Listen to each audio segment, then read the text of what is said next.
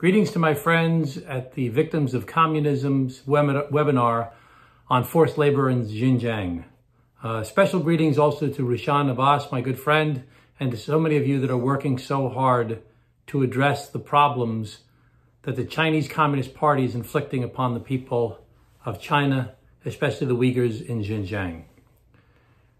Ever since Nixon went to China in the early 70s, the people of the United States have always believed that China, when exposed to our way of life, to our values of the West, to our democracy, to our capitalism, that over time they'd become more and more like us.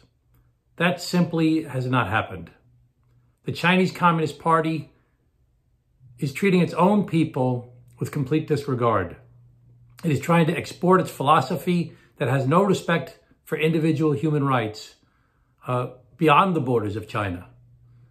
When we look to how the Chinese Communist Party has treated the Tibetan Buddhists, when we look at how they've treated the Hong Kong students and the people of Hong Kong trying to fight for free speech and freedom of assembly, and when we look especially to the treatment of the Uyghurs in Xinjiang, we must recognize that the Chinese Communist Party simply does not share the values of the West. They don't share the values of democracy. They don't share the values of the respect for individual human rights. And they go even further. When we look at the Uyghurs in Xinjiang being placed in forced labor camps, women being subjected to forced sterilization, people that are forced to eat pork when it violates their religion, people that are forced to eat when they're supposed to be fasting pursuant to their religious beliefs, people that are denied the opportunity to pray the prayers that are part of their traditions. When we see people surveilled constantly in every single way, every single movement, every single word surveilled by the government, we understand that there are literally crimes against humanity taking place against the Uyghurs in the Xinjiang region.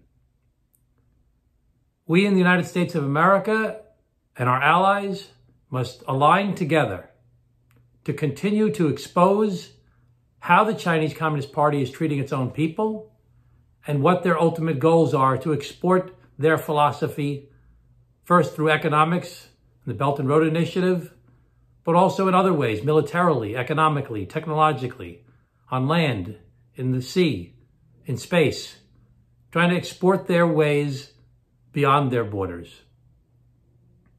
The only thing that we have available to us at this time, I believe, is to hit them in the pocketbook. We must continue to impose sanctions upon those officials of the Communist Party and their supporters that try to do business beyond the borders of China. We must use the Forced Labor Protection Act in Xinjiang to stop the export of products from the Xinjiang region into the American supply stream. You know, China is one of the largest, if not the largest, producer of cotton in the world, and most of the cotton from China comes from the Xinjiang region. There must be an outright prohibition of products produced in Xinjiang to be allowed to be used by American companies.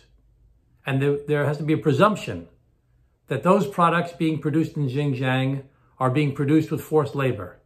Now, that presumption could be overcome if the parties trying to sell the products can create a clear and convincing case that those products were not produced with forced labor.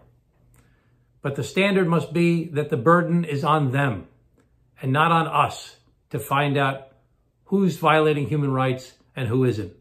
There must be a presumption that everything coming out of the Xinjiang region is being used with forced labor, being produced with forced labor. So there's so much more for us to do.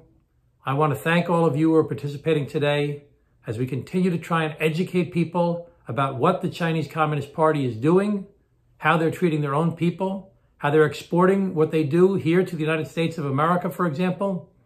Here in New York, where I'm from, in the borough of Queens, I represent a piece of Queens, there was a New York City police officer who was arrested for cooperating with the Chinese Communist Party to actually do espionage, to surveil Tibetans at the Tibetan Community Center. We hear about the Confucius Institutes being used throughout universities in the United States, being used to export ideas that simply do not tell the truth about the history of China or what the Chinese Communist Party is up to. We hear about Chinese businesses stealing ideas, stealing patents, stealing inventions. We hear about trade barriers that are unfair against U.S. products. There are so many things that we need to do because the Chinese Communist Party has a plan for the next 10 years, the next 20 years, the next 30 years, for them to continue to expand their influence and to continue to export their ideas as to how government should impact people's lives, the role of government, and the worth of the human individual. Those ideas are simply inconsistent with the ideas and values of the United States of America and many of our allies. So thank you again to everybody who's there today. I'm sorry I can't join with you in person. Please keep up the good work. Thank you very much.